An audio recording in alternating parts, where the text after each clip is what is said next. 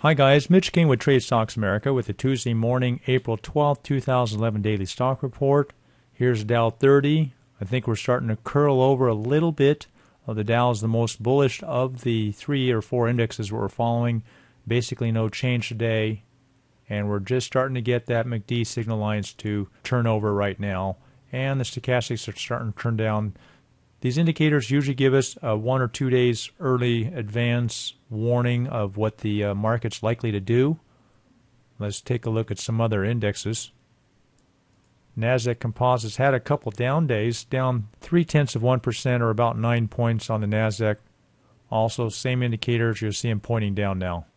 The logical extension is that we get some sort of a soft pullback and at some point a rebound. But that's my guess, and the reason why we've started reducing these long positions is because the early warning indicators are starting to give us some sell signals, or at least to reduce those.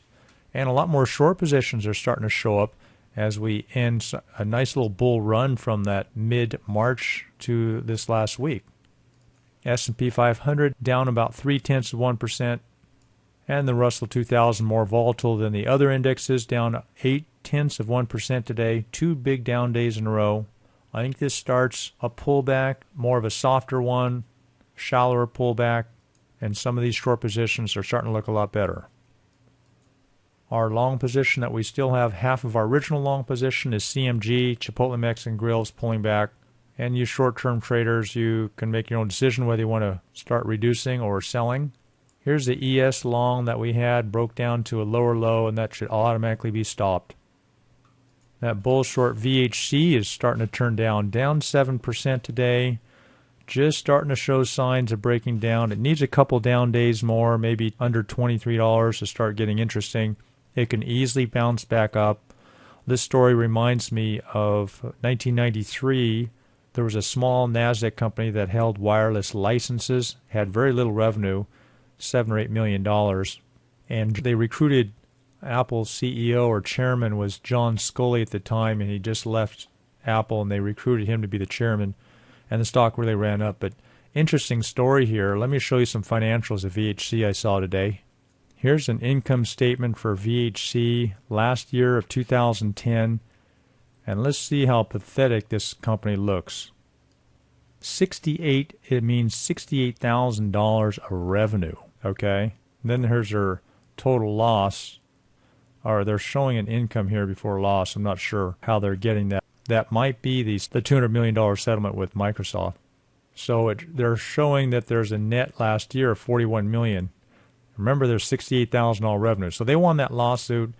The theory that they could win other lawsuits from other companies that are violating their patent technologies on different wireless technologies reminds me of Rambus, and Rambus's biggest expense is legal bills, suing all these companies that violate their patents, and they do pretty well in court. So this could be the company that's starting to do that. Anyhow, I get a little more confident being short a company that has run up this much and has that kind of statements. And now the last guy to recommend this is Jim Cramer, which was in this weekend's article. I'll give you the link here in just a second.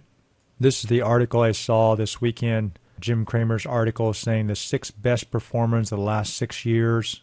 VHC, which is Vernetics, he says it was just a penny stock when it started, up to $12, and now $28 this last week or so.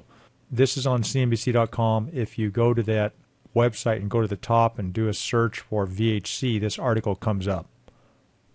So kind of interesting stuff for those guys who are short. I don't normally research a stock that I'm bull shorting until it doesn't go down very easily like this one. So I've looked at it. I think today's action today, closing at 25.52 and going to 25 after market hours on some trades, fair amount of trades after market, that we're likely to see this break down. It needs to get under that $24 number, in the 23s to start really and hold down there before it really starts breaking down. I still am looking for that $20 number, and just for you guys who have done this bull shorts, I've been saying to you, don't get leveraged for a long time. Don't build big positions, especially early, because you could really get run over. So this is really a good example. First one in about 14 months that's really hurt us on the short side. Here's DAC down another 1%. Close this bull short off the stock table. DAC. It might have a little more downside, but we got the sweet spot of it. Here's the potash short. Close this one today. Down another 1.6%. I don't see a lot more downside on this one. So if you're still short these two, I'd consider closing them on Tuesday. Here's the long position on PBR. Let me do a close-up and give you a little lesson here. We look to go long this stock on this little dip, and the idea was that people are going to buy on the dip, and this will continue to move up like it's been doing. And when you see it break like this, you really should have your stop set underneath this area there. You can call it congestion, I don't know, support. But right in here, you want to have a stop loss below there so that triggers automatically without you having to be there at a computer or watching it or making any emotional decisions yourself. So that's the discipline I recommend you guys follow.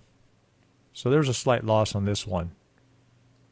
Here's SSW, another short. I think there's some more downside on this a couple days. Here's GEOI. Nice short today, down 5%. I think we've been short a couple days on this one. And I think there's more on the downside. We could easily get in that 26 area. So give it a couple more days on this one. You guys take care. I'll see some of you guys in the trading room tomorrow. If you're interested in that trading room, here's a link to try it out. And it's a 1-week trial.